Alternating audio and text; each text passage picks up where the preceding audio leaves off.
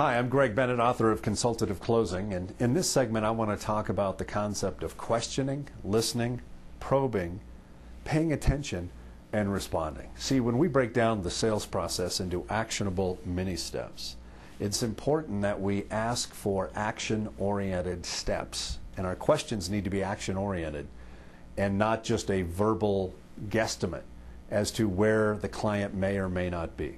So once you break any sort of sales process down into steps, your questions have to be action-oriented, whether the client is going to take action or they're not. And so the response you get, whether that response is verbal when they say, yes, I'm going to, or no, I'm not, but it's also physical. Because the client say, yes, I plan on doing that. That's different than actually doing it. So our observing and watching is not only listening to what is said, but is also observing what is done. And that is part of the listening. And then we have to learn to respond to whatever we just saw or heard.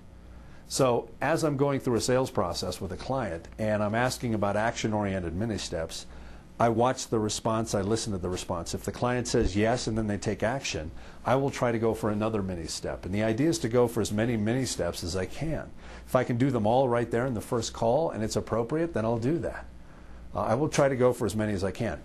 The bigger question, though, is if the client doesn't go with it. If the client says no, or if he or she doesn't take action, you need to see that and pretend, and not pretend that, oh, I didn't see that, and just pretend the guy's still real and put him in the hopper. You know, if somebody doesn't take action, he is trying to tell you through his non-action that he's not as excited as he pretends to be through what he says.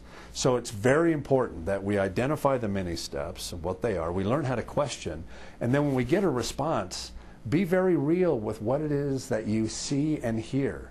And watch the action. If the client takes action, go for another step. If they don't, you need to stop everything and start to embrace no, that in fact there may be issues. If the client is not taking action, he or she is trying to tell you something, and you need to be honest with yourself to see and hear that. So it's very important that you learn the steps, learn how to question, and then learn how to observe.